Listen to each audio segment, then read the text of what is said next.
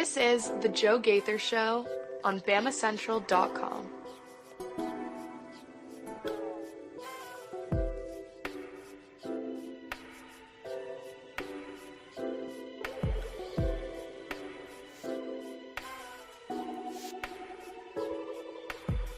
Good afternoon, Tuscaloosa, Internet world, West Alabama. Where are you today? Wherever you are today. Thanks for watching us on The Joe Gaither Show on BamaCentral and BamaCentral.com. I, of course, am Joe Gaither. You can find me on all of the social media machines at Joe Gaither6 on Twitter, Facebook, on YouTube, Instagram, wherever you want to connect with us. You can find us at Joe Gaither6. This is The Joe Gaither Show on BamaCentral. We're a proud part of the BamaCentral Broadcasting Network, along with our friends Blue Collar Unplugged.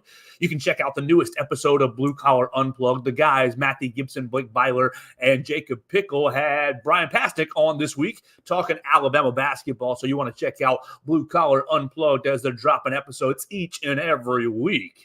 It's a big week. It's a big day. Oh, my gosh. It's a huge day here in Alabama as it's Iron Bowl day, Iron Bowl with basketball, IBOB day, and we will get into that today. If you want to jump in and leave a comment, you can on Facebook, on Twitter, on YouTube at Joe Gaither6. We appreciate any and all interaction on the show. First and foremost, more importantly, it is pouring. It's raining cats and dogs. Be safe out there in the public. If you're going to Coleman Coliseum tonight, get there early because the weather is nasty. Tip-off is at 6:30. Get in your seats as early as you can. Get to Coleman Coliseum as early as you can because I'm sure if you're coming from Birmingham, if you're coming from out of town, it's going to be kind of not so nice getting into town today just because of the weather. So I want to talk about several things. I want to talk about several different topics today. I want to talk about Jim Harbaugh and him potentially, possibly, very likely going to the Los Angeles Chargers and what that means for the Alabama Crimson Tide. I want to talk about Roll Tide Willie, the social media sensation, and really what Roll Tide Willie has done for the athletic department. I want to talk about that. I want to talk about some interpersonal drama between Alabama football players, former Alabama football players that is playing out on the social media machines. And then, of course, we're going to end with Alabama and Auburn today. So let's get right into it. Jump on into the show. We appreciate everybody subscribe, rating, and reviewing the show on Spotify, Apple Podcasts, or on Amazon. We're just keeping rocking and rolling, covering Alabama, all things Alabama. So let's start with Jim Harbaugh. All right, so everybody knows what happened in the Rose Bowl. We've gone over that ad nauseum. Alabama losing to Michigan in the Rose Bowl. Was it a good 2-point play at the end? Whatever. Fourth down play, fourth and goal. You lose, coaching change, Coach Saban retires, Kalen DeBoer comes in, everybody sees the roster poaching, kind of, okay, we're getting Trey Amos out of the transfer portal, we're getting Caleb Downs, we're getting Caden Proctor, we're getting all these good players out of the transfer portal away from the Alabama roster. Okay, Ohio State, you got us right there. But everybody's thinking and projecting, if Michigan loses Jim Harbaugh, then, of course, Alabama and Kalen DeBoer is going to go after the Michigan roster.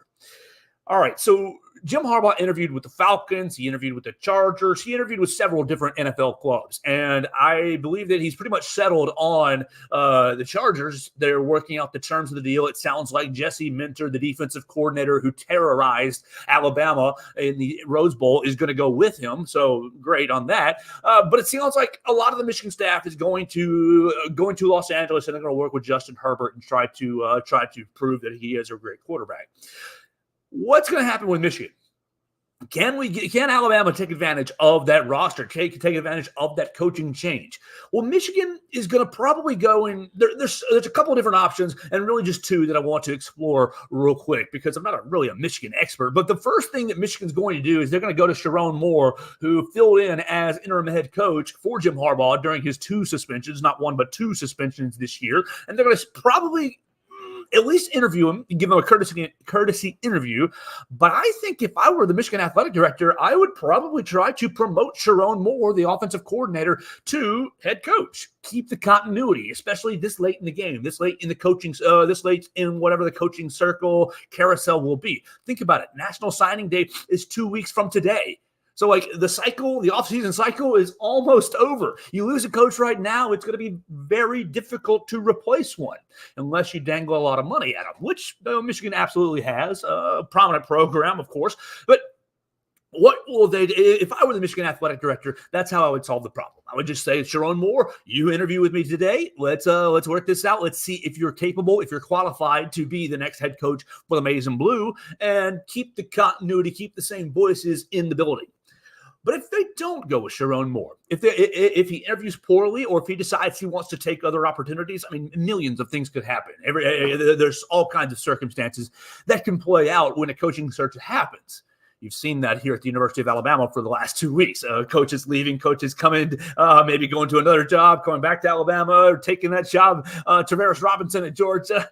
Oh, man. If they don't hire Sharon Moore, then a lot of speculation has been that they would hit up Brian Kelly. That they would hit up Brian Kelly and, oh, man, we're going to take the LSU coach. Brian Kelly wants to return back to the North and, be back. He's a Northern man. He's a Midwestern guy. I don't see Brian Kelly really leaving. I'll just say that. That's my personal opinion. I think Brian Kelly is going to stay in LSU. I mean, he has invested heavily in LSU. They just got the defensive coordinator from Missouri to leave Missouri and go to LSU. They have recruited their tails off. They just got Bryce Underwood, one of the top-end quarterback, top-end quarterback prospect. I think he's a 2025, 26 quarterback. Good player, committed to LSU. He's been working the transfer portal. He's been really investing in LSU. I don't think he's leaving LSU. We'll just go ahead and say that. But the idea from the Alabama perspective is, okay, Harbaugh goes to the Chargers. Brian Kelly goes from LSU to Michigan. Okay, somebody's got to replace the LSU coach. Is it Lane Kiffin? Lane Kiffin goes potentially from Ole Miss to LSU, or if it's not Ole Miss, who leaves and takes the LSU job? And what happens to those rosters? Again, you get 30 days to decide if you're going to hit the transfer portal. Alabama's been experiencing that as we speak, in the middle of the 30 days. But something I don't think many people are considering. I don't see a whole lot of Michigan guys leaving Michigan right here on Wednesday, January 24th. Let's say Jim Harbaugh takes the job in 20 seconds from now. Let's say that ESPN, Adam Schefter, puts it out right now in the middle of my show that Jim Harbaugh is taking the job, that he's off to the NFL. And good on you. You've earned that, Jim Harbaugh. Good on you. You came, you saw, you conquered at Michigan, and really your stock's never going to be higher than it is in Michigan right now. So good on you. You go to the Chargers, you get you a good quarterback when Justin Herbert, you try to revive the defense a little bit, get Khalil Mack back on track, you draft well, and you compete in the AFC West. Good on you. Okay, I don't see a whole lot of Michigan guys leaving right now because they're 2 weeks into classes. They're 2 weeks into class, and I know the academics is minimal in college athletics. The student athlete, the student part of student athlete has not really been emphasized over the in the NIL era, especially in the NIL era. But they still are technically student athletes. And okay, let's say I wanted to leave school right now. Let's say I'm in school. I'm a junior. I'm a good player. Oh, my coach leaves. I'm 2 weeks into classes. Let's say I wanted to go from Michigan to Alabama. Oh man, great program. I think that they're going to be doing things. Whatever the case may be. I want to go from Michigan to Alabama. Well, will Alabama, how will those credits, how will that coursework try to translate? Because they are still technically students. I know that athletic departments are going to work with, this prospect is really good. We're going to get them into school. But you've kind of gotten to a place where you have to wait to the spring window at this point.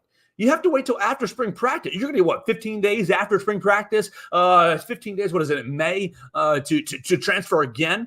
And I think that in that window, it's much more likely for Alabama to really recoup some of the losses that they've lost in the transfer portal already.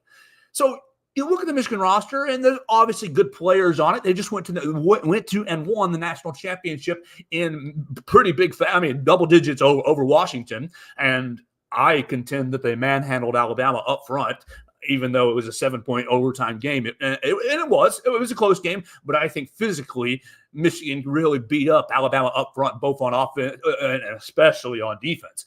So Michigan's got a good roster. They've absolutely got talented players that Alabama could utilize. if Alabama, excuse me, that's a fine for me. Phone going off in the middle of your show. A big fine. $1 for Joe. Put it in the kitty. All right. So look, the whole point of this is LSU go, if Brian Kelly goes to LSU, you see, oh man, we can go get Aaron Anderson back. You can go get whoever, you can go get a lot of these good players out of LSU and out of Michigan and out of whoever comes to replace Brian Kelly. Let's say it's Ole Miss. I don't think it would. I don't think Lane Kiffin's going to leave the roster that he has constructed over the last 3 months. Golly, he has gone crazy in the transfer portal as well. Their defense with a lot of talent. So look, I don't think that Alabama, like all these Alabama fans who are like, oh, we want these coaching changes to happen because, boom, it's not fun when the Rabbits got the gun. We'll go poach your roster. As cool and as, I guess, fun as that might be from an Alabama perspective, I think logistically you're kind of up a creek without a paddle right now because you're going to have to convince a kid not only to leave Michigan, to leave LSU, to come to Tuscaloosa, which is not that crazy to do, but you're going to have to convince them to probably punt on a semester's worth of college. You're probably, and granted, for the top NFL prospects, they're leaving after their junior year anyways. What's one semester? I get it. I understand. What's that? We'll punt on these 12 hours of credits. We'll recoup them in the summer. We'll recoup them in the fall and in the next year. And you can do that. Absolutely. It's not impossible. I don't want to paint it as an impossible picture, but I think that the impression or the idea that Alabama is just going to go right up into the Michigan roster and whoever, and might be the LSU roster and might be, name your next school. It just trickles on down the line. These rosters will open. I don't see a very big likelihood of a whole lot of movement now at this point in the year.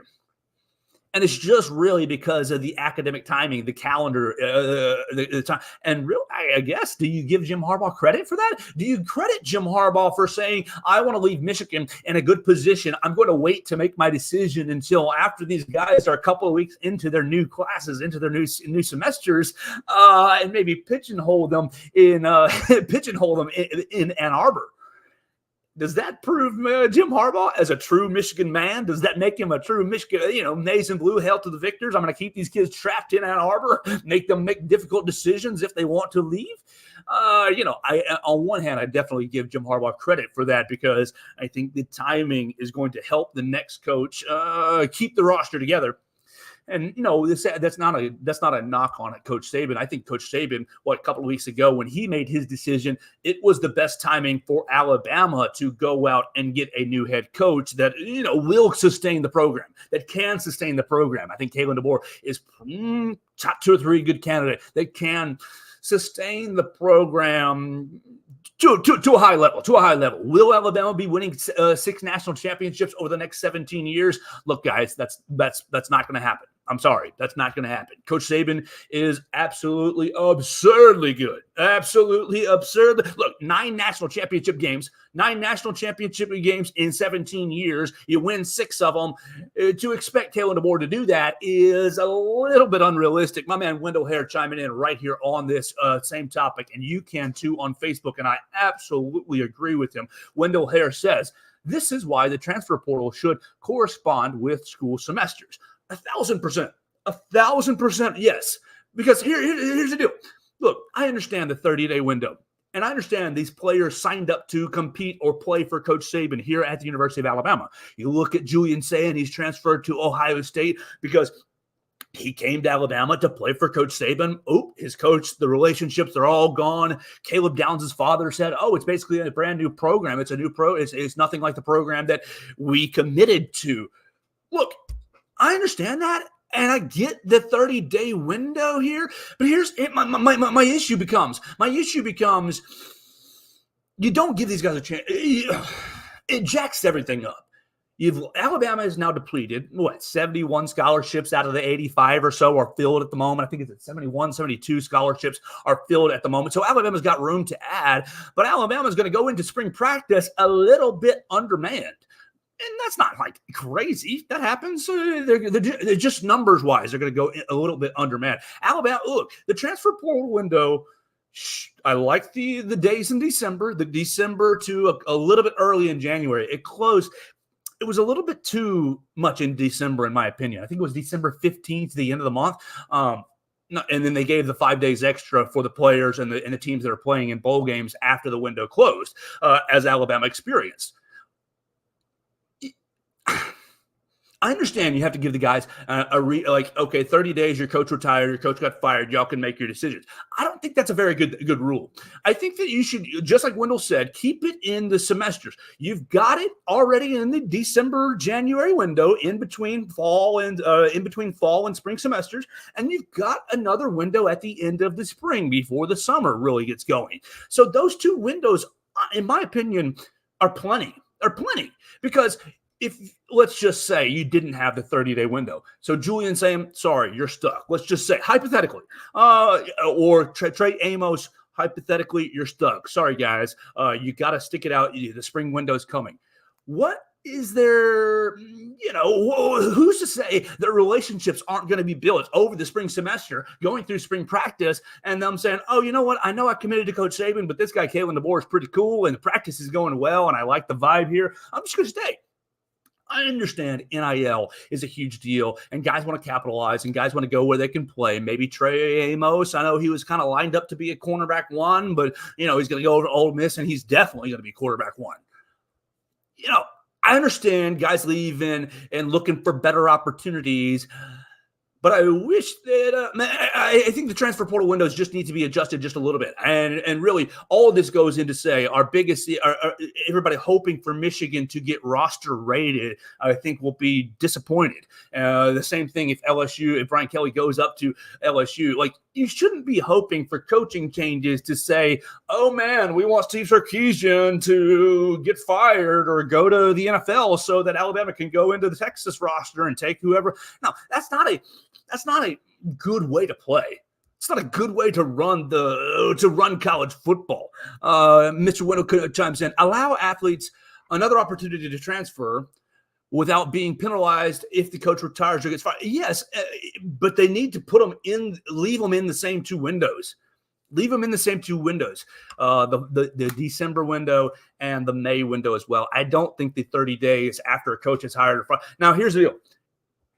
What we saw from Alabama basketball's perspective was Alabama basketball took advantage of the 30-day window when Bob Huggins was fired from West Virginia. Bob Huggins, we all know he had several issues last summer. He gets fired in the middle of the year before the fall semester, and boom, their 30-day window opens, and Alabama takes Mohamed Wagi. I think if you are fired in the summer, before the fall semester, all right, you have scandal, or you just for whatever reason, can't retire. That's a point where the 30-day window should be coming into play here. But when you're in the regular course of academic calendar year, right? Fall semester, spring semester, everybody gets summer off. You should just stick with those transfer windows that you've already got. In the winter window in December and at the very end in May. Now, your coach gets fired in June, July, August before school gets started. All right, I think there might be a little bit of room for adjustment there. But for Coach Nick, for the portal for Alabama to open in January, after the other portals, like in between the two portal windows, it just leads to problems. It just leads to problematic situations. But my main point with this whole kind of diatribe on Jim Harbaugh and Brian Kelly is I don't expect, even if there is coaching changes, even if there is coaching movement, that I don't expect for Alabama to raid the rosters of Michigan and or LSU quite to the degree that maybe the fans are hoping for. And now they might absolutely raid their rosters at the end of the spring semester when the May transfer portal window opens up. So for everybody hoping for Jim Harbaugh to go on to the Chargers, wish him well. But I don't think you're going to see a whole lot of roster poaching from the Michigan Wolverines, and then subsequently however those dominoes fall out.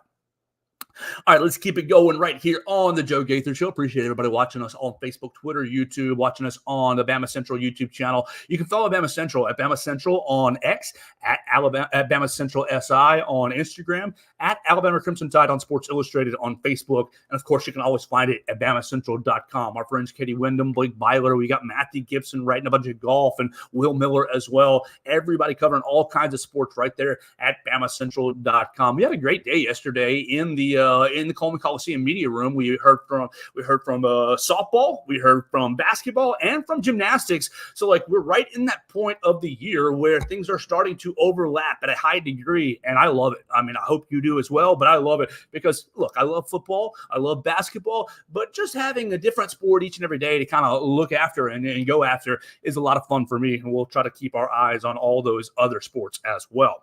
I want to talk about Roll Tide Willie. If you don't know who Roll Tide Willie is, go on to Twitter, go on to Facebook, go on to just type into your Google Roll Tide Willie. I know you have heard his catchphrases. Don't give a piss about nothing but the Tide. Blitz, Bama, blitz. All right, you know Roll Tide Willie. He is a social media character. And he has become a hilarious character. I think that, he's a funny guy. There has been a couple of discussions, a couple of ideas, or a couple of maybe suggestions that maybe Roll Tide Willie is being taken advantage of to a degree. Because, I don't know. I don't know him. I've never met him. But there seems to be a little bit of a mental handicap. A little bit. Or he's a hell of an actor. One or the other. Either way, he is a funny guy. And so I want to address is he being exploited? Is he being exploited for social media clout? I think maybe to a little degree, but Chad, his quote handler, I'm pretty positive their relations, their family. Chad does all their videos, and Chad kind of runs the show and puts it on and kind of leads Roll Tide Willie in the discussions that they had. I know after Coach Saban retired, there was a bunch of videos, and Roll Tide Willie was so sad, was so upset. He wished Coach Saban well, but he was just like, "Oh, I wish you wouldn't retire." And then when Coach DeBoer came into and got hired, he was all on board. Look, Roll Tide Willie is an Alabama fan to the deepest core. I don't think he's being exploited, though. Because think about the deepest Alabama fan that you know.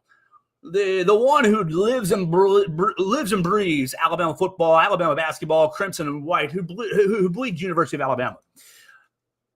Wouldn't they want the opportunity to be hanging out with all the football players? Wouldn't they want the opportunity to be hanging out with a lot of college football's who's who at some of these big games? Wouldn't they want the opportunity to be able to go on some of these athletic, these tours that Roll Tide Willie was at the baseball stadium yesterday. Roll Tide Willie was hanging out with the baseball team yesterday. It looked like he was playing catch a little bit with the team. He was at the basketball facility as well. He got to see in the back of Coleman Coliseum where they practice, where not many people get to see. He hung out with Coach Nate Oates. He was on the recruiting. He was in Tuscaloosa this past weekend for Ryan Williams' recruiting weekend. The Alabama athletics department seems to be embracing Roll Tide Willie. And whether he's being exploited or not, I don't necessarily think he is, because while maybe it started off as his buddy Chad as, maybe my uncle is, my cousin is really funny, I'm going to put these videos out. I think they've turned it into a great thing for both of them, for the family. Look, they've got the Blitz Bama Blitz shirts. They've got all the social media, and all the daggum football players love them. Don't give a piss about nothing but the Tide. You see Tua Tagovailoa in the Hard Knocks, in the HBO Hard Knocks. He got all those quarterbacks, everybody in the Miami Dolphins facility to start saying, "Don't give a piss about nothing but the Tide." I think it's hilarious. And I think you've got this really good old boy who probably is living his best life at the moment. I don't know what Roll Tide Willie was doing before he became a social media superstar, but I think right now he's utterly beloved in Alabama. And whether that has cost him a little bit of his anonymity, okay, you trade some anonymity for a little bit of the fame, and now everybody who sees Roll Tide Willie goes up to him, gets a picture, gives him a Blitz, Bama Blitz. I think I think he's turned himself into something that's very, very positive. And maybe I don't know, maybe I don't know, maybe some darkness. I have no idea if there's anything bad. But I think that he's a very fun character, and I think he's very good for Alabama athletics. Especially, you think about what he did this past weekend. He was over with Malachi Moore in the athletic facility. He was over with Casey Poe. He's been with, like, hanging out with all the football players. Don't you want to hang out with the football players if you're an Alabama football fan? Does it matter if you are a little bit foolish when you're doing it? I think the guys have a lot of fun with him. And the girls too, the baseball players and the softball. I think really all the athletes just kind of embrace him as a little bit of a character. So, look, he was here this past weekend with Ryan Williams. And Ryan Williams has had quite a saga over the last 48 hours or so. Ryan Williams was in town. And look, if you are not following Ryan Williams on the social media machines, I encourage you to do that, especially Instagram. His photos this past weekend, not just from an Alabama perspective, but like as from a from a cool factor, from a family factor. It was Ryan Williams and all his siblings, all in Alabama gear and all in Alabama jerseys and all doing, like, look, I have 3 sisters and I love them very much. I was never able, look, I've talked about it on the show that I was an average Andy athlete through high school. No college wanted me to come play any sort of sport, and that's fine. But if I were, like, I don't know. I love you, my 3 sisters, but I don't know if the 4 of us would have all been doing a photo shoot together.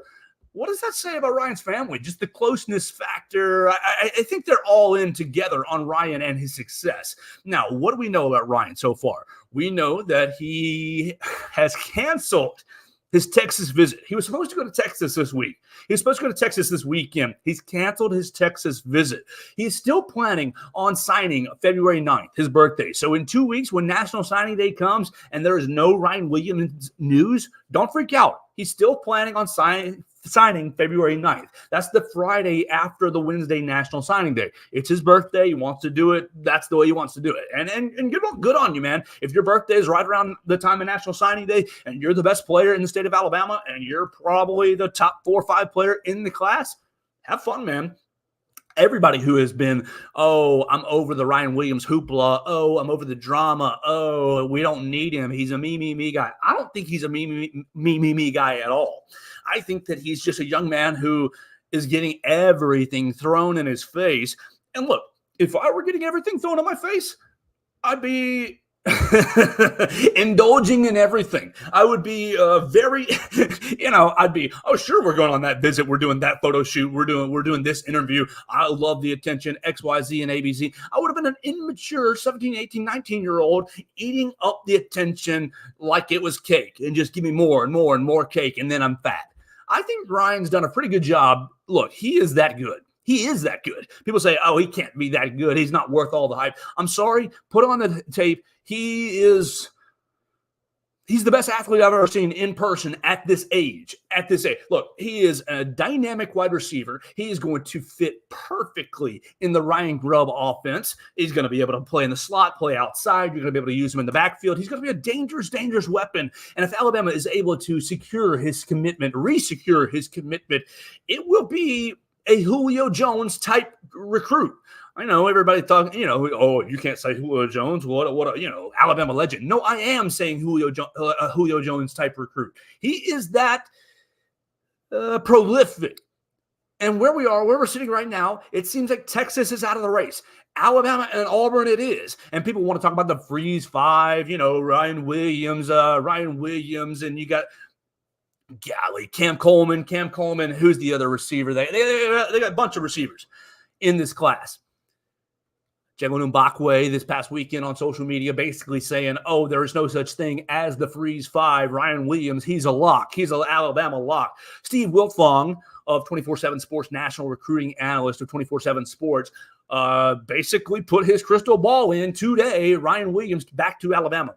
If you're able, Kalen DeBoer, to get Ryan Williams, all the negativity, oh my gosh, we lost Caleb Downs to the transfer portal. Oh my gosh, all the players, we lost Caden Proctor to the transfer portal, Terrence Ferguson to the transfer portal. We lost, oh gosh, Trey Amos to the transfer portal.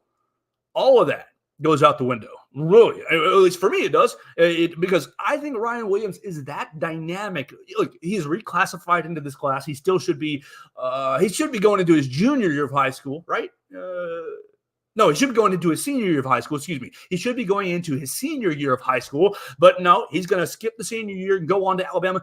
But I still think he can make an impact on 2024. I don't think that boy's going to redshirt. I think that fella is going to be 3 years and into the NFL. He's going to be a kind of a Jalen Waddle type player. Obviously, he's not as big as Julio Jones. He's not a big X receiver like Julio is. But think about how electric Jalen Waddle was and then ramp it up by 10%. That's Ryan Williams. I'm sorry if you think that's a crazy comp, but no, that is who Ryan Williams is. He is absurdly dangerous with the ball in his hands. How many touchdowns did Jalen Waddle score against Auburn? Did he have 2 punt return touchdowns and then that deep shot, the Mac Jones year where Mac Jones unfortunately threw 2 interceptions that resulted in touchdowns for Auburn? Jalen Waddle is that damn good. He was amazing here at Alabama. A couple of injuries, hampered him a little bit, but then was drafted, he was drafted, 6th, 7th by the Dolphins? That's who Ryan Williams is. That's my favorite comparison to him, and it's highly, highly important that Ryan Williams becomes a member of the 2024 class and becomes a member of the University of Alabama's football team. If you lose him to Auburn, that's going to hurt. Oh, it's going to hurt. The same effect that Julio Jones gave to Alabama in 2008, basically Julio came and the floodgates opened. Yes, I know B.J. Scott was the first 5-star to commit, but Julio was the national kind of prize. Everybody wanted him. He could have gone anywhere, Oklahoma. He could have gone anywhere, but he went to Alabama. Nick Saban says, we will win with or without you. And Julio Jones says, okay, I guess I want to win with you, and became a great player. I think Ryan Williams has that impact. If Ryan goes to Auburn, oh boy, I think Alabama's going to have an uphill battle both on the field covering him, but a bit of an uphill battle in recruiting in-state, because I think Ryan is that kind of a prospect, that kind of an every 5, every 6, every 10-year prospect where wherever he goes will kind of raise the eyebrows of all the other kids in the state, all the other prospects in the state. Like, oh, if Ryan's going to that school, then I need to consider that. And the train will keep rolling behind him. So it's very, very important, I think, for Alabama to secure Ryan's recommitment and signature on the LOI. That'll be coming in 2 weeks and 3 days, right? 2 weeks and 2 days. 2 days after the National Signing Day, which is in 2 weeks from today. That Friday, February 9th. Ryan Williams will sign. I might ask my man Chris Walsh if I can drive down to Saraland and watch that signature, because I think that's going to be a huge, huge, huge moment for Kalen DeBoer. If he's able to get him, if he's able to secure him, I think that sets Kalen DeBoer up for immense success in the future. All right, so before I talk about Alabama basketball, I want to address drama between football players. Between football players who played at the University of Alabama. And this has come out today. Look, you guys might hear McElroy and Cube, Mac and Cube on Jocks 94.5 in Birmingham. They have their show. You guys know Greg McElroy, national championship quarterback here at the Capstone. Thank you so much for your service, Greg. Look, many people have different opinions about Greg McElroy and his media coverage. A lot of the Alabama fans kind of say, oh, Greg, you hate Alabama, because I think Greg tries very hard to be objective. I don't think that Greg McElroy hates Alabama. I want to make that clear. I don't believe that Greg McElroy hates Alabama, but I do believe that Greg tries to check himself very often to not show a lot of favoritism to Alabama. And because of that, it makes, I think the Alabama fan base a little bit upset that, hey, you went here, we loved you, you won a national championship, you don't have to, you look on television sets right now, Desmond Howard, does he ever hide his Michigan love? No. Kirk Herbstreit does a pretty decent job hiding his Ohio State love, but you still see it from time to time. Lee Corso, Florida State man, yeah, he's always going to have a little bit of love for Florida State. Like, we know where these guys went to school. It's okay. It's okay, Greg. But I think Greg just wants to stay as professional as possible, and I commend him from that. As someone who struggles with objectivity, I commend him for that. I do. I admire you for that. But Greg gets a lot of hate that, oh, you hate Alabama, blah, blah, blah, blah, blah. And it seems like some of it has reached Greg McElroy's ears and made him a little bit aggravated. This was Greg McElroy on Mac and Cube this morning on Jocks 94.5, addressing a couple of people on social media saying that he hates Alabama. And I'm a little bit tired of this narrative that I don't like my school. I just kind of want to address it. I'm really fed up with it. I really am. All these clowns, the Barstool Bamas, the Crux Oxenweilers or whatever, the Alphonse Taylors, Shank, who I don't even remember playing at Alabama. I just remember him being described as the laziest dude on the roster. That's what I remember. That is trying to remain relevant, which is perfectly fine. I don't care. He uses Bama. I don't. So that's perfectly okay. All right, so that's Greg McElroy talking about Alphonse Shank Taylor, offensive lineman, 2014, 2015 or so, and Cruz Oxenrider, not Crux Oxenweiler, Cruz Oxenrider. Works for Barstool Sports, and we've had a couple of interactions on social media. Seems like a cool guy. I've met him once or twice. Seems like a cool guy. I've never met Shank Taylor.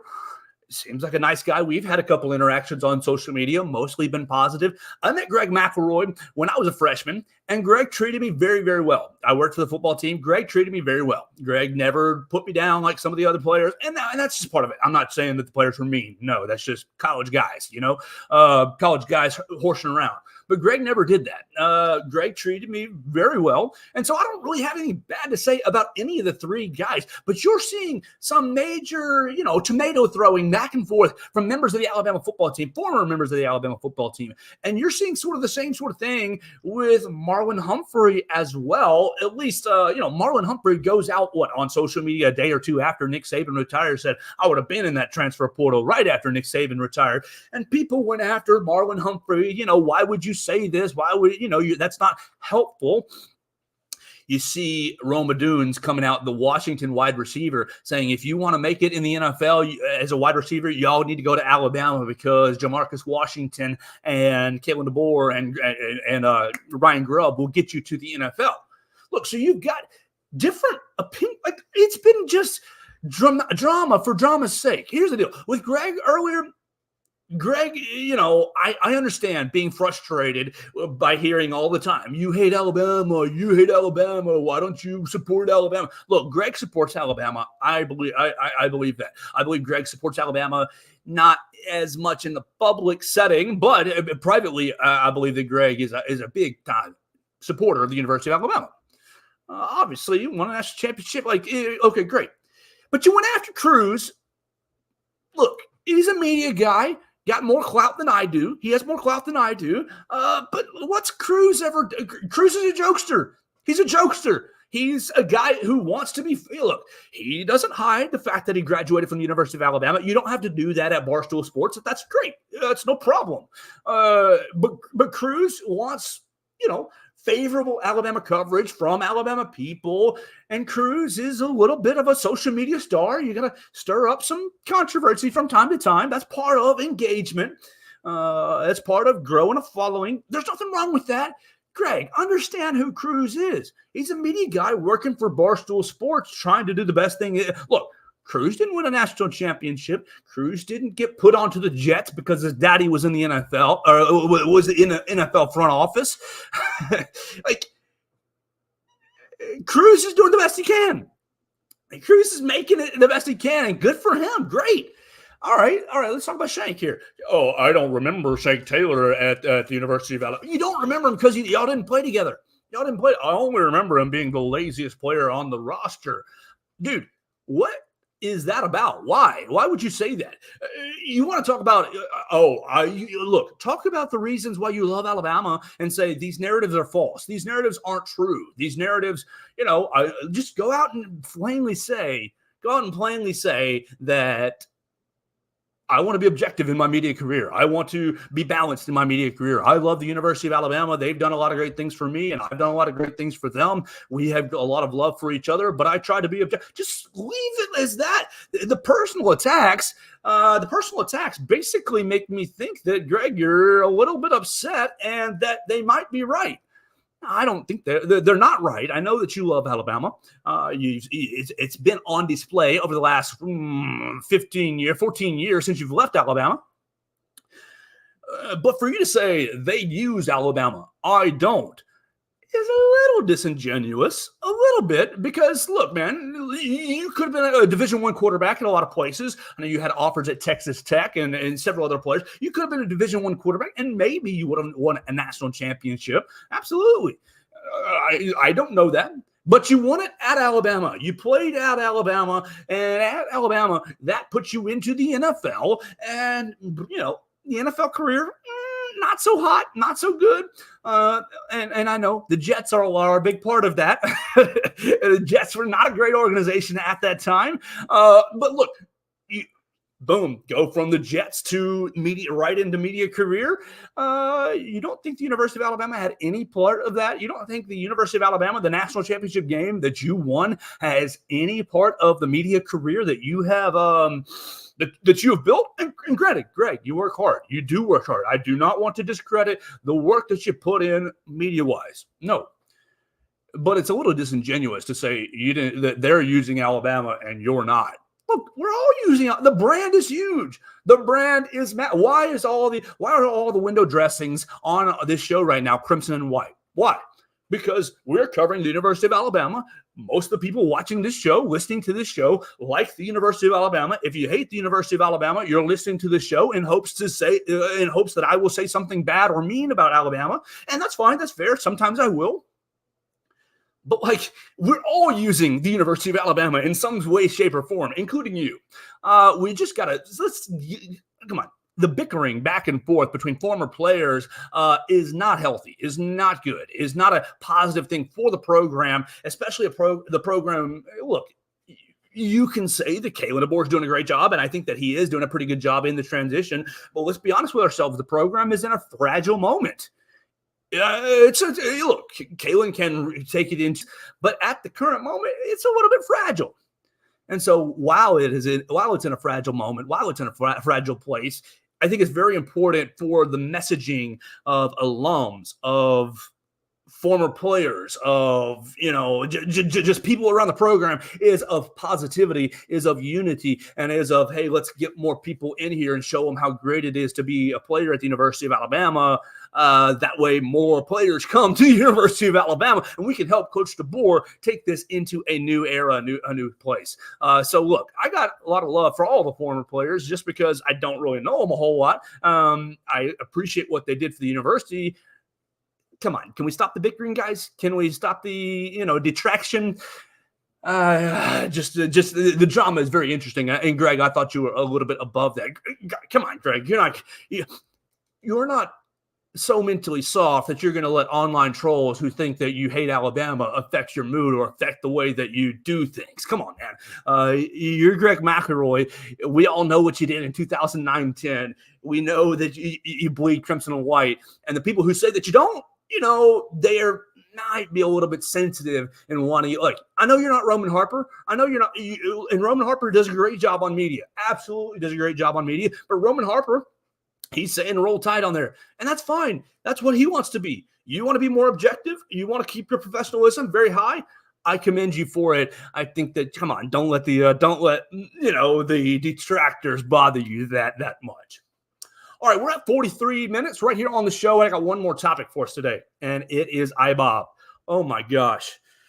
I'm going to be going over to Coleman Coliseum here pretty soon because I'm going to get there early because I do want to warn you about the weather. It is raining very, very hard in Tuscaloosa today. I'm going to be going over to Coleman Coliseum to get ready for the IBOB, and I don't have a good feeling. I don't have a good feeling for Alabama, but Las Vegas does. Las Vegas, if you are placing a wager right now, Las Vegas has Alabama a 3.5-point favorite.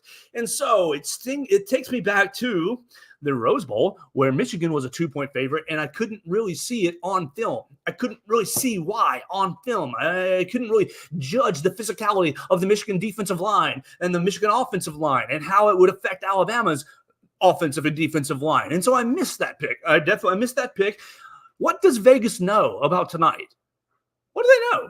Look, Alabama just got their butt kicked against Tennessee. If you listened to the program on Monday, you knew how upset I was about that. Unhappy I was with the effort, the toughness on the ball, the rebounding, the turnovers, really the shot selection, everything about Saturday. I was irritated about. If you're if you're one of my buddies and one of my friends, I did not handle that very, very well. If you follow me on Twitter, I did not handle that very, very well. I was very upset about the Alabama result on Saturday, and so I have been, stomachs and knots over the last couple of days thinking about the IBOB, thinking about the importance of Wednesday. Yes, I know Alabama bounced back against Oklahoma, bounced back last year when they lost to Oklahoma, when they lost to Tennessee, but they were playing Vanderbilt and bleeping Georgia, two terrible teams. And yes, it helps to play a terrible team to bounce back for.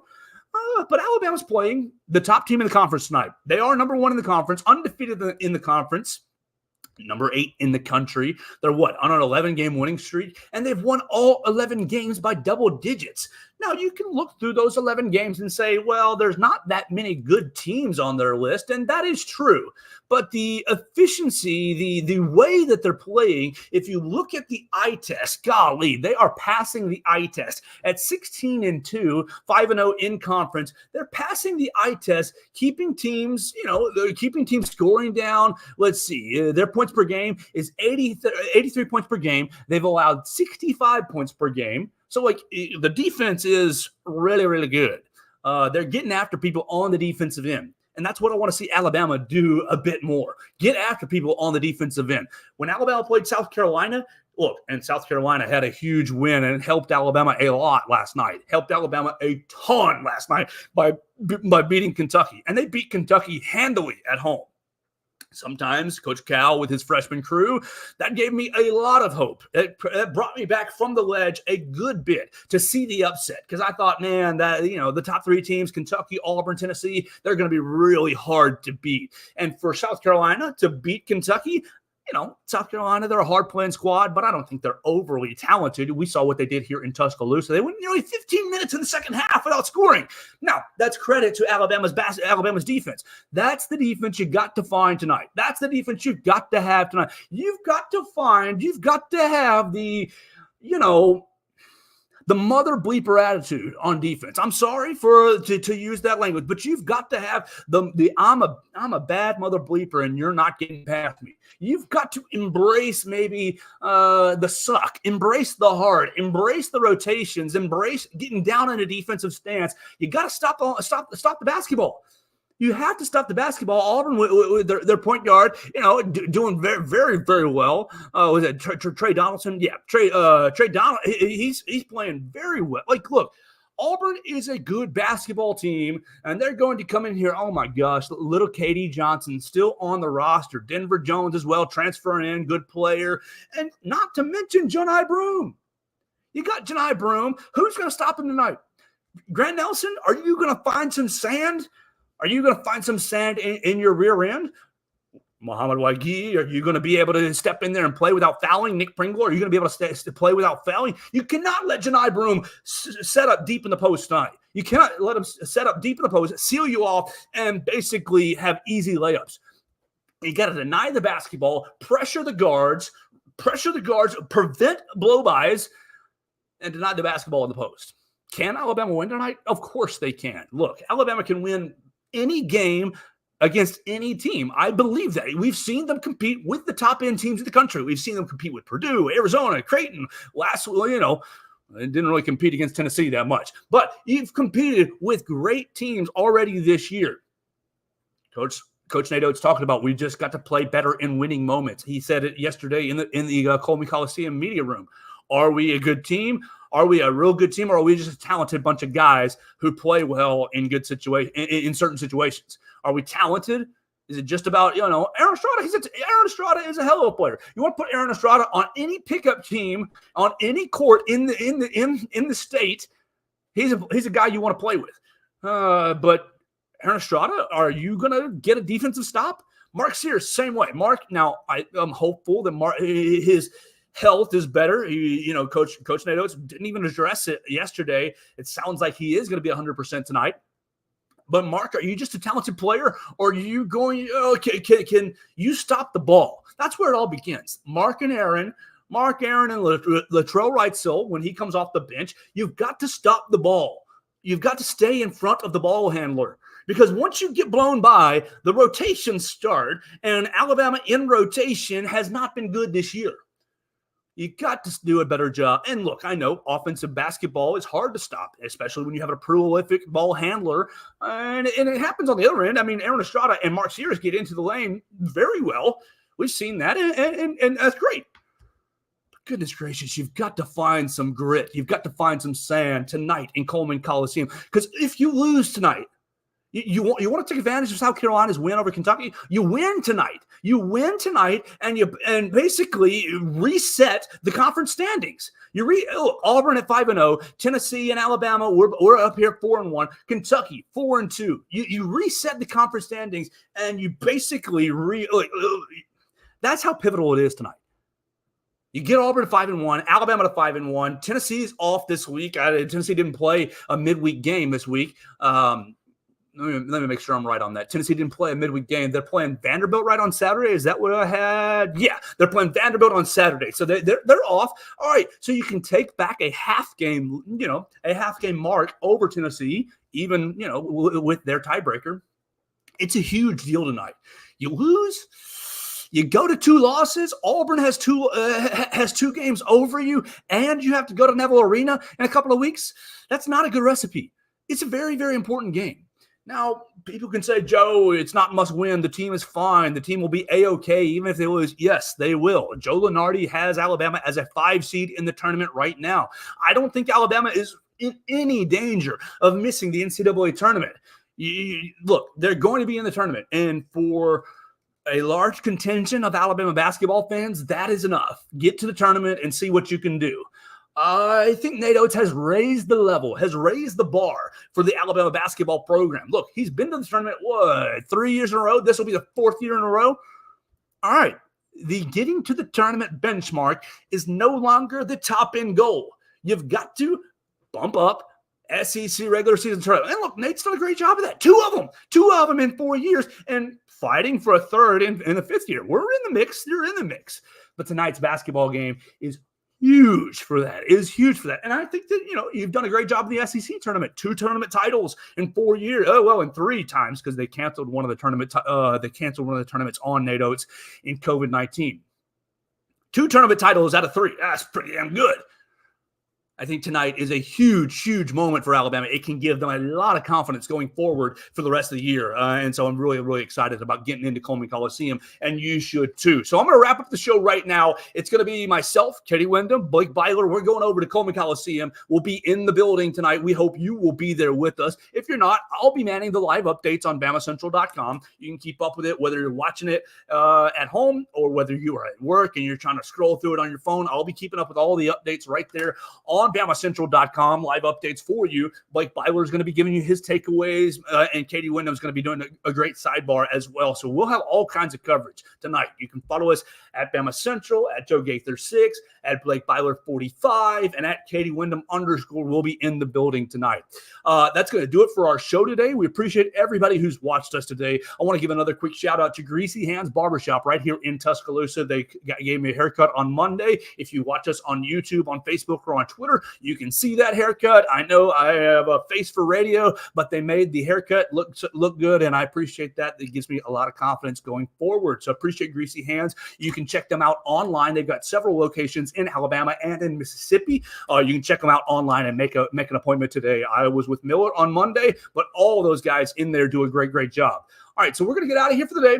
We want you to subscribe, rate, and review the program on Spotify, on Apple Podcasts, or on Amazon. We want you to subscribe, rate, and review the program on Facebook, Twitter, YouTube, and just be a part of the family. Find me at Joe Gaither 6, and make sure you listen to Blue Collar Unplugged, our other Bama Central Broadcasting Network podcast.